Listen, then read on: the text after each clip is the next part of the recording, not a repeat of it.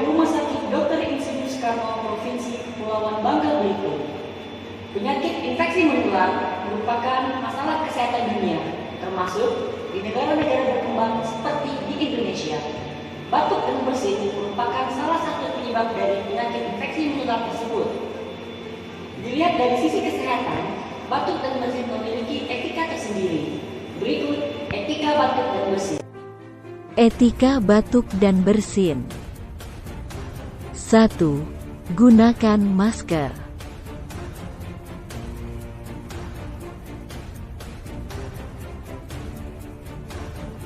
2. Tutup mulut dan hidung dengan lengan. 3. Ganti masker yang sudah basah dengan masker yang baru. 4.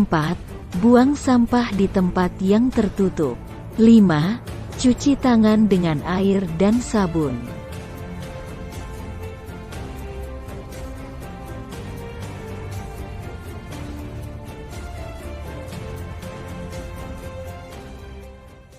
Etika batuk dan bersin ini memiliki tujuan untuk mengendalikan penyakit infeksi menular.